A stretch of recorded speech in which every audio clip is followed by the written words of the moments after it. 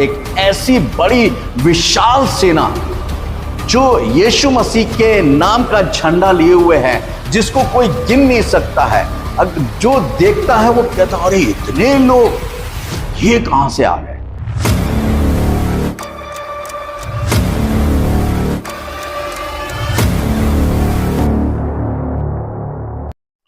प्रभु यीशु मसीह के मधुर नाम में आप सबको जय मसीह की। प्रभु आप सबको बताए से आशीष दे, आमीन। हम बात कर रहे हैं प्रकाशित वाक्य की पुस्तक के बारे में। प्रकाशित वाक्य के इस श्रृंखला में आप सभी का स्वागत है। प्रकाशित वाक्य के 7 खंडों में से हम 5वें खंड में हैं, अंतिम संघर्ष और महान विवाद। पिछले संदेश में हमने सीखा था प्रकाशित वाक्य 12 अध्याय 1 पद से लेकर 2 पद के उसके पहले भाग के विषय में। आज हम सीखेंगे प्रकाशित वाक्य 12 अध्याय 1 पद से लेकर उसके 2 पद के और उसके दूसरे और अंतिम भाग के विषय में। यहां पर जो थे 4 पॉइंट जो हैं वो दिए गए हैं और यहां हम देखेंगे कि अब उसके आगे के जो पॉइंट हैं उसके विषय में सीखेंगे। उसका पॉइंट है चांद उसके पैरों तले था। जी हां, चांद उसके पैरों तले था।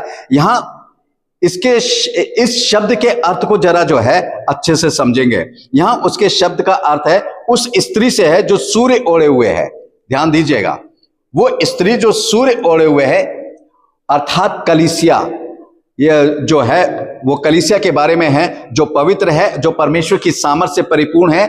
इस स्त्री के अधीन जो है वो आधुनिक यरूशलेम जो है वो इस स्त्री के अधीन है, क्योंकि यहां चांद का संबंध जो है वो यरूशलेम से है। जी हाँ, यहां चांद का जो संबंध है, ध्यान दीजिएगा, यहां जो चांद का संबंध है वो यरूशलेम से है। और आधुनिक यरूशलेम जो है वो इस स्त्री अर्थात इस कलीसिया के जो है वो अधीन है।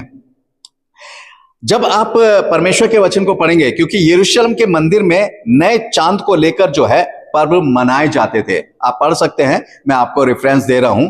यशायाह 66 का 23, एजेकियल 45 का 17, एजेकियल 46 का 1, 3 और 6 पद और भजन संहिता 81 उसका 3 पद।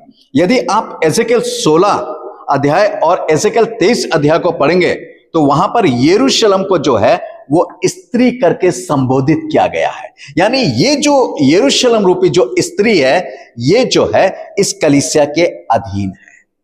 ये यहां का जो भेद है ये बड़े समझने की बात है। और यहां क्या लिखा हुआ, परमेश्वर का वचन कहता है, और इस स्त्री को स्तिफनुस क्या कहता है। अब इसको समझना है। इस स्त्री को, कौन सी स्त्री को? जो यरूशलेम है। यरूशलेम जो है इस स्त्री को जो परमेश्वर का वचन है वो क्या कहता है? प्रेरितों के काम 7 अध्याय उसका 38, ये वही है जिसने जंगल में कलीसिया के बीच उस सरदूत के साथ सीने पहाड़ पर उससे बातें की और हमारे बाप दादों के साथ था, उसी को जीवित वचन मिले हैं, हम तक पहुंचे हैं। अब यहां क्या है? यहां जो मिस्र से जब इजरायली लोग निकलकर आ रहे थे और जब वो सीने पर्वत पर पहुंचे हैं, स्तिफनुस वहां का वर्णन कर रहा है। और किस बात से संबोधित कर रहा है? कि जंगल में की कलीसिया के बारे में, कि जंगल में जो कलीसिया थी, यानी इजराइल जो है वो कलीसिया है। और जब वो ये कनान देश में पहुंचे और ये यरूशलेम में परमेश्वर का मंदिर बना, तो वो यरूशलेम के में जो है उस मंदिर का प्रतीक जो है वो कलीसिया के रूप में उसको प्रकट किया गया, क्योंकि यरूशलेम को स्त्री के रूप में प्रकट किया गया। अब यहां स्तिफनुस जो है वो जंगल में जो सीने पर्वत के सामने जो समूह खड़ा हुआ है, जो लोग खड़े हैं, जो इजराइल खड़े हैं, उनको कलीसिया करके संबोधित कर रहा है। परमेश्वर का वचन इस बात को बताता है। और कलीसिया का अर्थ क्या है इसको समझे। मगर इजरायली जब वहां पहुंचे, मैं आपको बता देना चाहता हूं कि अगर आप सीने पर्वत के बारे में पढ़ना चाहेंगे कि जब इजरायली लोग वहां पहुंचे, तो निर्गमन 19 अध्याय से लेकर और 20 अध्याय तक आप उसको पढ़ें, और व्यवस्था विवरण 5 अध्याय के पहले पद से लेकर 33 पद तक आप पढ़ सकते हैं। यहाँ कलीसिया का अर्थ है, कलीसिया शब्द यूनानी शब्द एको कलीसिया से निकलकर आया है, जिसका शाब्दिक अर्थ होता है लोगों का समूह या सभा या बुलाए हुए लोग। इसलिए आधुनिक यरूशलेम अर्थात इजरायली रूपी जो कलीसिया है, जो स्वर्गीय यरूशलेम के अर्थात मसीह की दुल्हन के अधीन हैं। जो बुलाए हुए हैं, मिस्र से बुलाए गए लोग हैं, निकाल कर लेकर आया है प्रभु। हम लोग जो बुलाए गए लोग हैं, प्रभु ने हमें बुलाया, चुने हुए लोग हैं। परमेश्वर का वचन ये कहता है। तो हम जो विश्वासियों का समूह है वो कलीसिया कहलाया जाता है। गलातियों 4 अध्याय उसका 26 पद है, पर ऊपर की यरूशलेम स्वतंत्र है और वही हमारी माता है। अब यहां पर माता का अर्थ हम समझे क्या है। ऊपर की यरूशलेम, नई यरूशलेम की बात हो रही है। जी हां, जो नए आकाश और नई पृथ्वी पर जो है स्थापित होगा। कि इसके यहां पर माता का अर्थ है कि हम यीशु मसीह की कलीसिया से उत्पन्न हुए हैं, यानी उस पवित्र कलीसिया से स्टार्टिंग में जो बनी, पैदा हुई, जिसका प्रतीक मरियम था, वहां से यीशु मसीह पैदा हुआ। और जब यीशु मसीह आया तो उसने अपनी कलीसिया की स्थापना करी। पहले उसने 12 चेले चुने, 12 चेले चुने गए। जब वो स्वर्ग चला गया तो 120 लोगों पर परमेश्वर का आत्मा उतरा। और जब 120 लोगों के ऊपर परमेश्वर का पवित्र आत्मा उतरा तो पतरस पवित्र आत्मा से परिपूर्ण हो गया। और जब वो प्रचार कर रहा था तो 3000 लोगों ने बैप्टिज्म। ठीक है, उत्पन्न हो रहे हैं, बच्चे उत्पन्न हो रहे हैं कलीसिया के अंदर। वो जो है वो दर्शाया गया है। यहां माता का अर्थ ये नहीं है कि हम माता समझ के उसको पूजने लगे हैं। यहां पर उसका अर्थ है कि जिससे हम उत्पन्न हुए उसके बारे में। अब यरूशलेम के बारे में और क्या बात लिखी, श्रेष्ठ गीत 6 अध्याय उसका 10 पद में। वे कौन है जिसकी शोभा बोहर के तुल्य है, जो सुंदरता में चंद्रमा और निर्बलता में सूर्य और पताका फहराती हुई सेना के तुल्य भयंकर दिखाई देती है। जरा देखें इस बात को। ये आधुनिक यरूशलेम और स्वर्गीय यरूशलेम अर्थात जंगल की कलीसिया और नए समय की कलीसिया के बारे में, जिसका सिर जो है यीशु मसीह है, दोनों के लिए कहा गया है।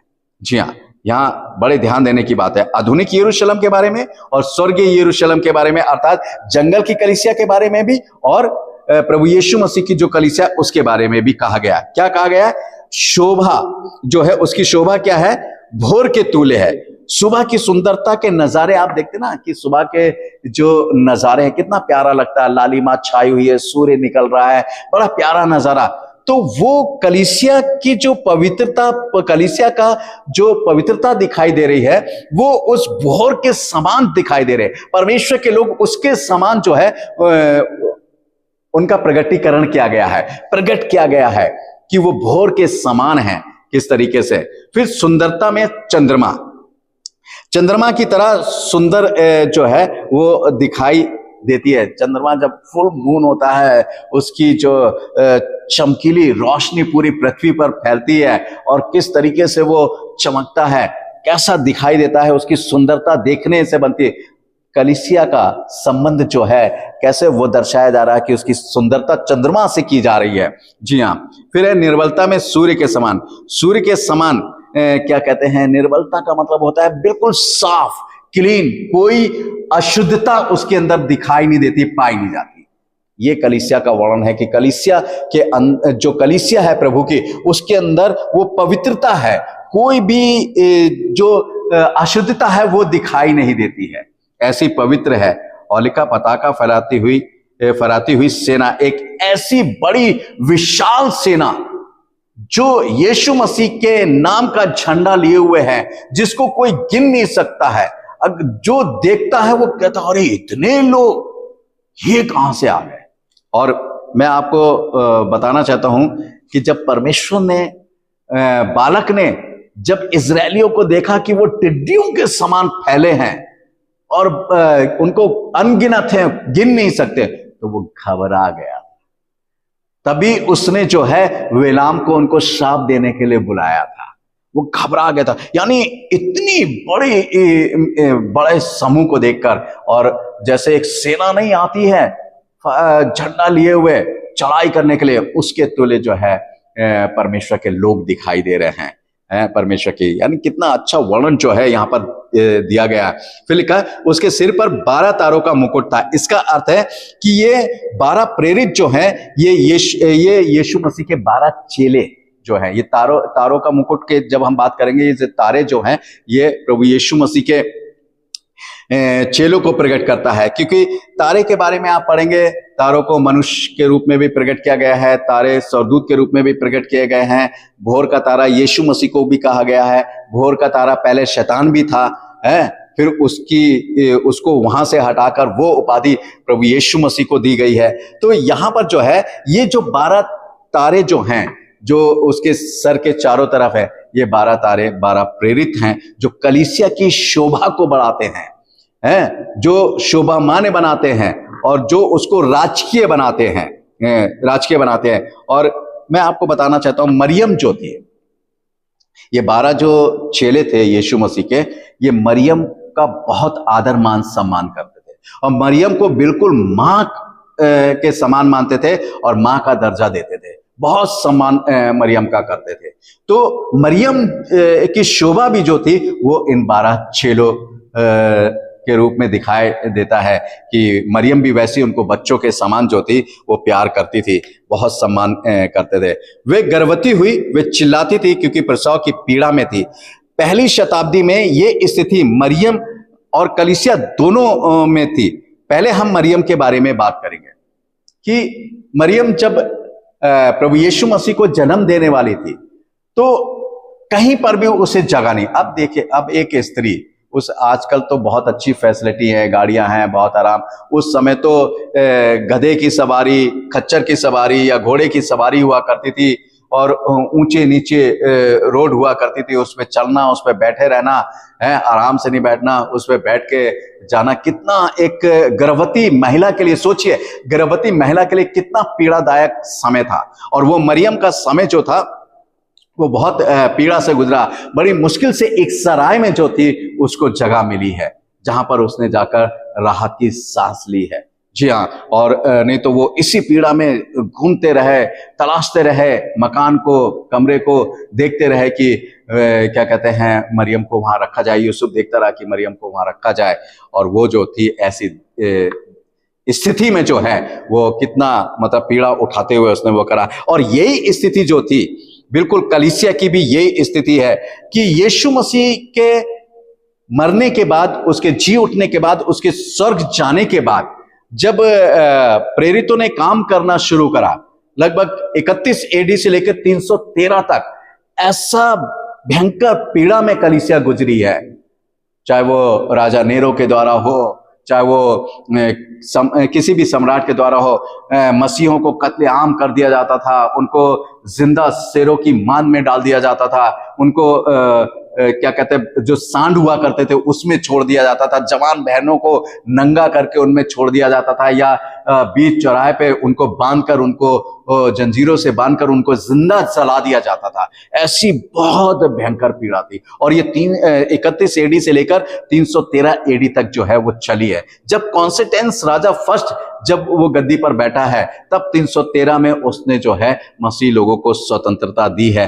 तब वो उस भयंकर स्थिति जो कलीसिया की रही है उससे वो निकले। तो प्रसव पीड़ा के बारे में जो बात कर रहे थे, यहाँ मरियम की दशा और यहाँ कलीसिया की दशा दोनों सेम है, क्योंकि मरियम प्रभु यीशु मसीह को जन्म देते समय जो है प्रसव पीड़ा में थी, और कलीसिया जो है वो नए नए विश्वासियों को पैदा करने में प्रसव पीड़ा में थी, और उसने बहुत कष्ट सहा है। वो कष्ट जब आप पढ़ेंगे इतिहास में 31 एडी से लेकर 313 एडी तक, बहुत भयंकर और रोंगटे खड़े कर देने वाला है, जो प्रभु यीशु मसीह को की दुल्हन को सहन करना पड़ा। और ये स्थिति जो है एक बार फिर से आने वाली है, और इसमें हम अपने आप को तैयार करें ताकि हम जो है प्रभु के राज में प्रवेश करें और प्रभु के राज में उसकी दुल्हन बनकर रहें। प्रभु आप सबको आशीष दे।